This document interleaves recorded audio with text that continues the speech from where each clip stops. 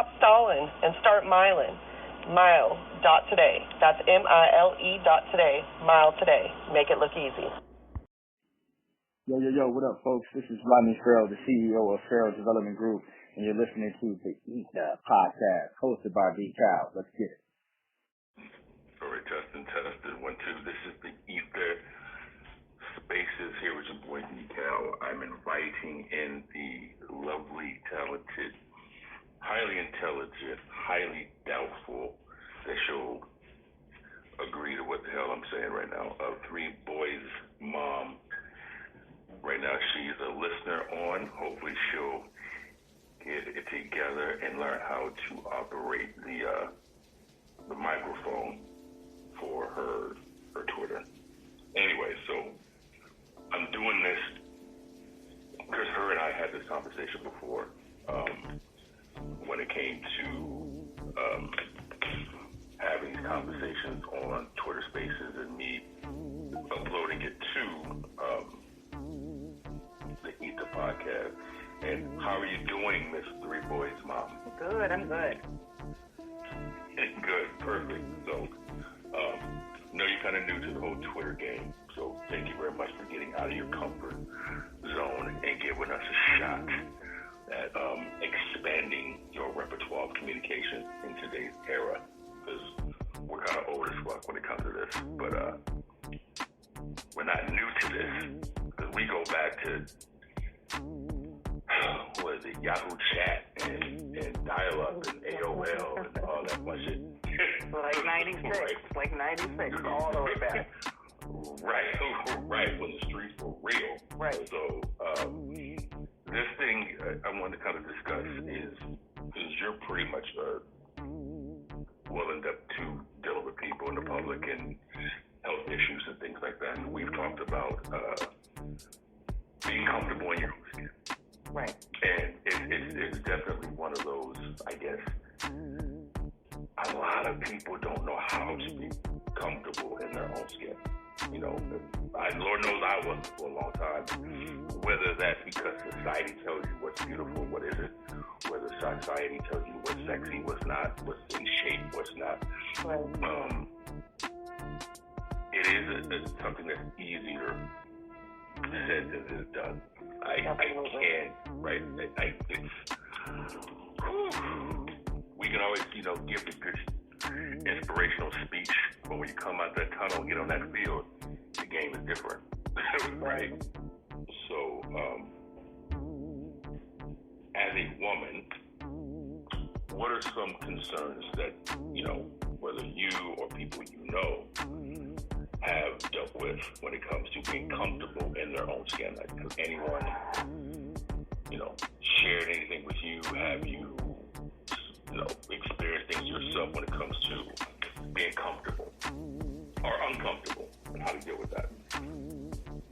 Yeah, I mean, I think that I don't talk to too many people that have told me that they have those issues, but I know for myself, there's just days. Everybody has days. Some days you feel better than other days. But for me, it's figuring out how to get to that point of feeling comfortable. What are the steps you have to take to feel that? Right. And I guess there's plenty of different steps, right? There's different steps for everybody. Yeah, nobody's the same. It's different for everybody. Right. I am a pictorial learner. I mean, I can learn audio. I can learn, I can't think of the phrase, but hands-on. Right, but right. Definitely, I have to see it. Yeah. It doesn't even necessarily have to be done correctly. I just need to see the steps on how to get it done. Right. No. Yeah. Definitely. Right. And so, I think when it comes to self-acceptance and being comfortable, one of the problems I feel in today's world is everybody is so quick to comment and to, what's the word I'm looking for? Well, we used to call it capping back in the day, right? Clowning you, right. Dissing you, right. Making jokes of you. Everyone's so quick to poke fun at someone who's feeling comfortable in their own skin. Right.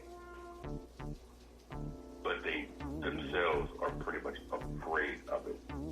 Why do you think, maybe from a woman perspective, other women put other women down when it comes to comfort level? I think it has a lot to do with women feeling like other women are always competition. And that's one of our big problems. Like, as women, I'm not your competition. You know, what you got going on is completely different than what I got going on. Right. I think the same thing when it comes to males, but it's not so much physical. I think it's more financial, like status. Ego. Right? Definitely ego. It's ego. So I try to tell people, like, listen, I will compete, but I'll never compare. Right? Like, when it comes to, like, at the gym, when I first started going to the gym, like, you know, there was these two dudes who worked out together. One was like an ex-professional bodybuilder, like, I kid you not. My man was putting up 500 like it was warm-ups, right? And there was another dude who was there. He wasn't as big, but damn, he was cut, right? Well, I wasn't nowhere near either one of those motherfuckers. I just wasn't. So it was very intimidating to see one swole ass. You can see how buff he was through the sweatsuit, and the other guy, how cut he was in the tank top. Right. And then one day, I remember walking over to him, and I said, hey, do you fellas mind if I get in on your workout? And before they answered me, I said to them, listen, I know I'm nowhere near your strength. I know I'm nowhere near your level. Y'all been doing this a long time, way longer than me. But is it okay if I work my way up with y'all, or am I going to throw off your routine? As a male ego, it did sting a little bit. Yeah, that's like asking another dude for help. That's I don't do that. We don't do that. Excuse me, bro. Not Did you help me with this? No. Right. I got it. You got it. Right? It was very, like, my imagination ran wild, because I figured they're going to look at me, they're going to look at each other, they're going to laugh. It's almost embarrassing at times, you know? Very much so. Especially saying, I know you guys are stronger. Obviously, I'm the weakest one. Could I work out with y'all anyway? Please, oh, please, oh, please. That's kind of how my... Yeah, but you know what gets me about that, though, is like, okay, if you're sitting there asking somebody, you know, can I join you? Can I work up with you? Whatever. Instead of feeling like it's funny or whatever they're gonna think, why can't people just think like, damn, he looks up to us, like that's an inspiration, we could help somebody out. And that's exactly what they did. And that's what they did. Which I'm not gonna say it threw me off, but I was like, oh, okay. I didn't think of the scenario. And so the bigger one was like, for shit to go bad. Always prepared for shit to go bad. So the bigger one was like, oh man, hell yeah, come get your son in. And I was like, oh, okay. He's like, is this weight cool? And I was like, no, this is good. This is good right here. So we started working out or whatever. And I think it was like the second day I came back and said, yo, is it good? He's like, man, come on, man, come in. So by this time I was working in my routine with them. And so the third day is when I asked the bigger one. I was like, yo, like, are you professional? He's like, I used to be competition, but I messed my chest up. I was like, oh, damn, like, without getting too personal, what happened? And he was like, well, I was putting him 700, and I could feel his sternum, he says, cracking. Like it was popping, like how you pop a knuckles, you crack your knuckles. And I was like, oh, he was like, yeah. So once I heard that, I had to take the weight off with me, and the doctor was like, something about his age was compromised or something. So he couldn't compete anymore, but he still loved to work out.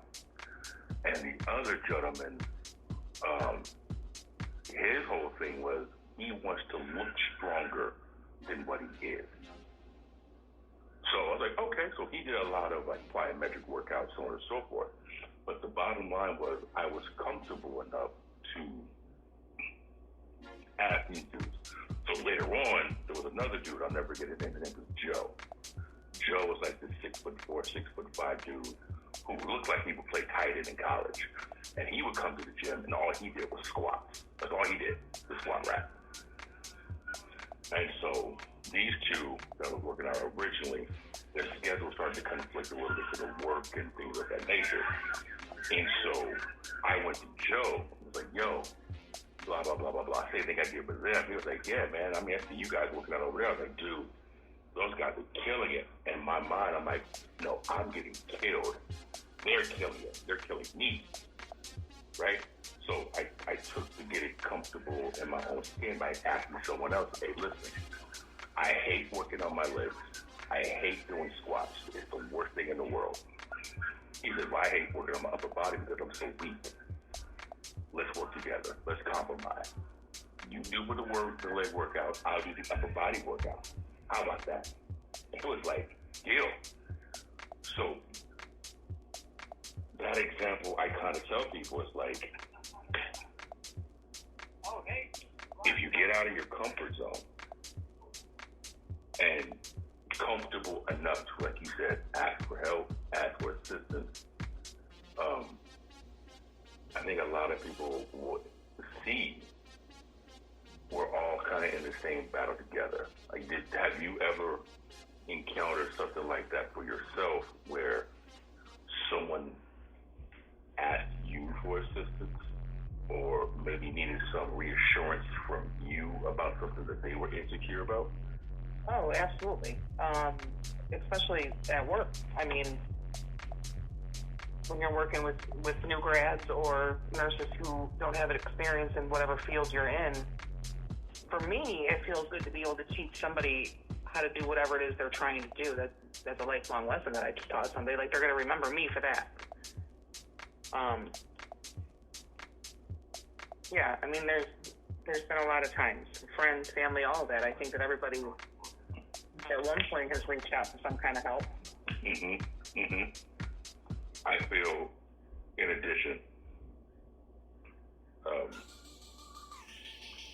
when it comes to being comfortable in your own skin, a lot of it is in your head, right? And absolutely. It's all in your fucking head. And it's funny to me, you know, coming from a male perspective, because we gas ourselves up for certain things. Like when it comes to sex, right? I think you and I were just talking about this like earlier. Like plus size women, I think look at themselves and compare themselves or critique themselves in a way men do when we're walking around you guys with softness. Right. Right? It's kind of what we talked about. It's like we wreck your insides with the Hulk, but we're so embarrassed to walk around you with Bruce Banner. Right? And so when you see the soft meat, you're kind of like, where's the rest of it? Where's the rest of them? That can't be that same monster that you pulled out last night, is it? And so you see a lot of men will walk around their woman in underwear, shorts, and sweats, right? Because they're so afraid of being judged by what the expectations in their head believe it should be. Right. I think certain women are the same, but at the same time, we also live in a society where you have a woman like Lizzo who gets her ass on stage and doesn't give a fuck. Right, does not give not one. Her fuck account isn't a negative, so she can't give anymore. Right. Right. But the world criticizes and critiques and has nerve to judge her. Right. But it's almost like who cares? I don't. Well, she's doing more. She's doing more with what she shouldn't be doing it with than a motherfucker who's on the couch doing nothing at all. Right. Now, I'm not going to be, holier than thou. Shit, I've done it before in my younger days. But I think what happened was I kept on living, and life taught me. Hold on, son. Have you seen the picture of you? Are you perfectly chiseled out of marble? Do you look like who you are critiquing these people to be? Not even that. Like, that body's not going to help me through my hard times. That body's not going to be there when shit's bad. You know what I mean? Like, and that's what I want to think about too. Right. That body doesn't mean shit. It doesn't. But I think what happens, again, this is a male perspective, right? The body tells a story that a lot of people don't know how to read. And it says, this woman has had a hardship. This woman... Not even that. There's people that have medical conditions that cause... Well, that's what I'm saying. Or children. That's a story in itself. Or children. This woman has bared, like my mother. She's bared 5 kids. Yeah, that postpartum depression gets to them. I mean, it happens. It's something that happens. You stop taking care of yourself and you start taking care of these kids. Like, sign up for that. You sign up for that.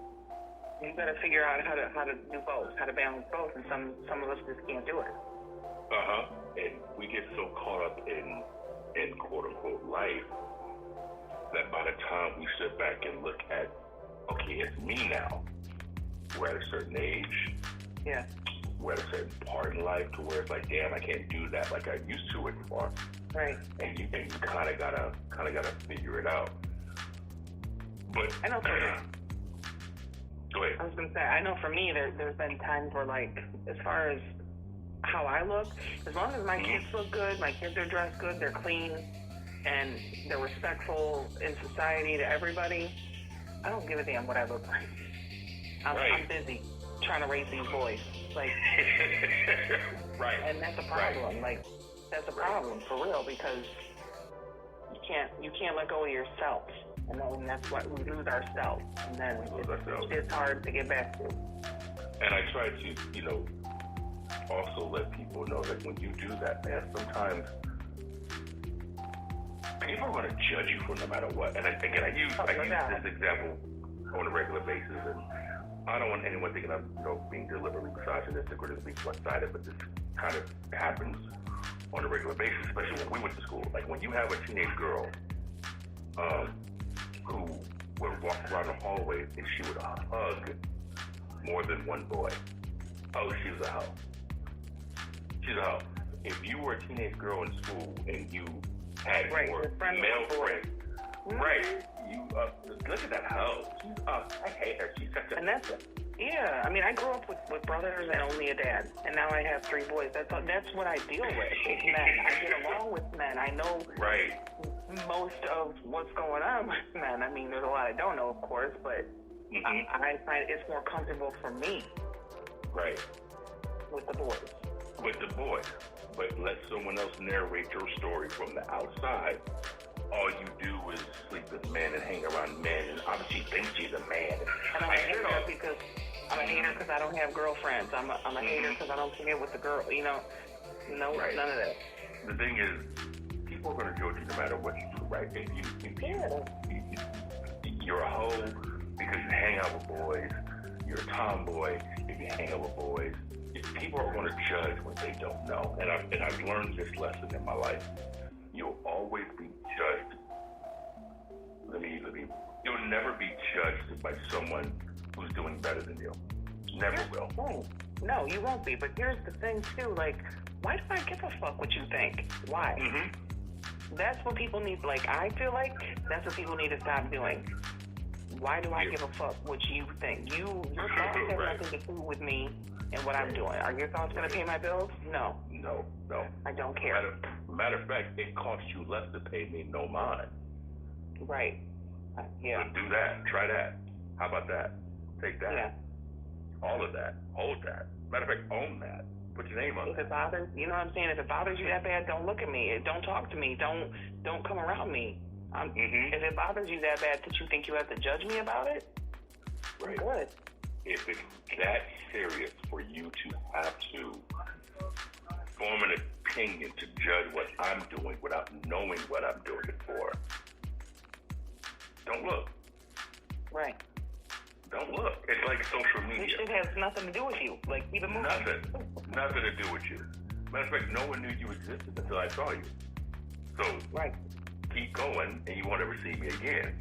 It's like social media. If someone puts a post of something that they don't agree with, right. You don't have to tell me you don't like it. Right. Obviously, I want to hear everybody's opinion on certain things because it can help me learn some new things or feel some different things. But if you're gonna just come on and talk shit and judge and be rude about shit, keep it moving. Why do you have to create that drama? Just keep it moving. Your opinion is not important enough for me to have my day fucked up because you don't like something I'm doing. Right. Especially if you don't know me. Right. Why? It's like, just scroll past, bro. Just scroll on by. You know what I'm saying? So, it's that. Being comfortable in your own skin, I mean, it takes a strong individual, and it does take time to. It absolutely does. And that's that whole, healing and getting to know yourself. And it's right, but when you spend so much time neglecting you, you have to relearn how to focus on you. Absolutely, right? That shit's hard. It's man, that shit's a motherfucker. And you have to, in my opinion, be willing to take the praise as much as you take the criticism. Right? Absolutely. You also have to be ready to accept the truth, like the real truth. Real truth. Not the truth you want to hear. Real truth. Not the truth that makes you feel good. Not the real truth that you gotta come up with on your own about yourself. Right. Acknowledge and admit that your shit stinks just like everybody else. I love these motherfuckers who are just positive vibe only. Positive vibe only usually means you don't want to hear any criticism against you. Yeah. You just want to hear the good part. No, bitch, you're going to hear all of it. I feel like for me, positive vibe only means, keep your bullshit away from me. Okay, so that's your perspective. That's my take on it. Yeah. Okay. I'm positive over here, you keep that bullshit over there. There's a lot of people, anything negative you have to say about fill in the blank. Even if it's constructive criticism, it's negative to somebody. You see what I'm saying? It's negative to people who are not ready to accept the truth. Mm-hmm. It's negative to people who are bothered that somebody thinks something else is wrong with them. Right. And you can say whatever you want to me, but just because you say it doesn't necessarily mean it's true. That's your thoughts. That's your opinion. It doesn't necessarily affect me usually unless I let it. Right. And I think a lot of us are conditioned to let certain things bother us at the same time talk about how we don't give a fuck about it. Because in a sense, we are walking contradictions.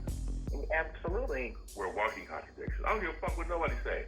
Blah, blah, blah. Wait, what'd she say? It's like, wait, I think you give a fuck about it. Well, she didn't quit open her motherfucking mouth. Well, first of all, why are you bothered about someone that you don't give a fuck about? Right. Well, we all do it, right? So, again, getting comfortable in the skin, man, I think has a lot to do with one information, kind of like what you talked about, what information you filter in and what information you filtered out. I had dated this woman back when I was doing real estate. And I don't remember if I told you this, but I'm about to tell it to you right now. We were up in our living room, and I said, I'm going to play an exercise game with you. She's like, okay. I did. What I want to do for the first 30 seconds is I'm going to say nothing but positive and uplifting and encouraging things. And I want you to sit there, and I want you to close your eyes, and I want you to tell me how it makes you feel after 30 seconds. She's like, okay. So she sat there, she closed her eyes, and I went in. I was like, you are the most beautiful woman. You are an amazing person. You are the glue that makes our real estate office stick together. You are this, that, and the other. You are encouraging. I was just nothing but, they were factual. These were actual, legitimate feelings I had towards this person. And after 30 seconds, I said, okay, open your eyes and tell me exactly how that made you feel. And she was doing good. What else? Wanted, I don't know, like She couldn't find the words. It made her uncomfortable. It made her uncomfortable because she couldn't find the words to describe how these uplifting anecdotes made her feel. Right? That's what you said. People don't know how to take compliments. They don't know how to take compliments. It's almost like it doesn't fit in the whole, like the piece doesn't fit. So it's okay, for the next 30 seconds, what I want to do for the next 30 seconds, I'm going to say something negative, and I want you to tell me how these make you feel after 30 seconds. And she just smile on her face, like, okay. Like, the compliments made her feel good after me talking. Like, okay, that's what these mean. Okay, good. Right. So, 30 seconds hit, first thing I said, you're a fucking piece of shit. Yo, her face went to a smile. Shit, she's about to cry. At the first comment, you're a fucking piece of shit. Right. Depression. Right off the bat, you're worthless. Everything is your fucking fault. Her lips started to quiver. And I almost wanted to stop, but I couldn't. I kept on. How does that make you feel? Like I'm a fucking piece of shit. Like it worked. She came off the grip telling me how the negative things make her feel. I said, why was it such a struggle to tell me how the compliments made you feel happy? But you had no hesitation to tell me how the insults made you feel bad. Right. Damn. Like, why? And she sat there and was processing what I was saying. Again, being comfortable in her own skin. Like you said, she didn't know how to take the compliments, probably because she never received them before. Or does not feel that way about herself. I can't believe that somebody else would. Right, but the negative shit, I hit it all the damn time. So I know this is the truth. Right? People, I feel when it comes to getting comfortable in your own skin, man, it's not gassing up. No. But is it though? And I don't mean gassing up in a negative way. No, I don't think it's gassing up. I mean, if I see something I like, I'm going to tell you. Yeah, if I see something I like, I'm going to tell you about it. Why are we so hesitant, though, to encourage, but are so quick to discourage? Is it because that's the world we live in? Is it because that's the environment we grew up in? Is it that people think you're weird if you sit there and give them compliments? Like, if I see a girl walking down the street, I'm like, oh, girl, I like that dress. That shit's cute. Most of the time, it's cool, but sometimes they look at you like, oh, why are you looking at me like that? And that's not even it. Like, I like the shit, it's cute, whatever. Yeah. It's crazy. Listen, we can pick this back up a little bit later. I just wanted to at least get you on the Twitter thing to, break the ice and get you in your comfort zone. So I'm going to upload this to the podcast. I'll probably play it either tomorrow or Wednesday. Holler back at me later. Thank you for your time. Appreciate you got this finally up and running. Right. And we're going to talk about that other thing a little bit later. You enjoy your Sunday. You too. All right, girl. With your fine self. Yeah. Bye, Ian.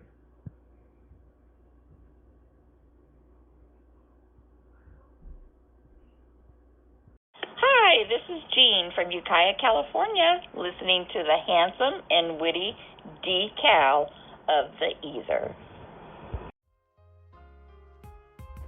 My name is Andrea Vargas, and I find something special about sharing the gallery that represents me here in Santa Fe, New Mexico.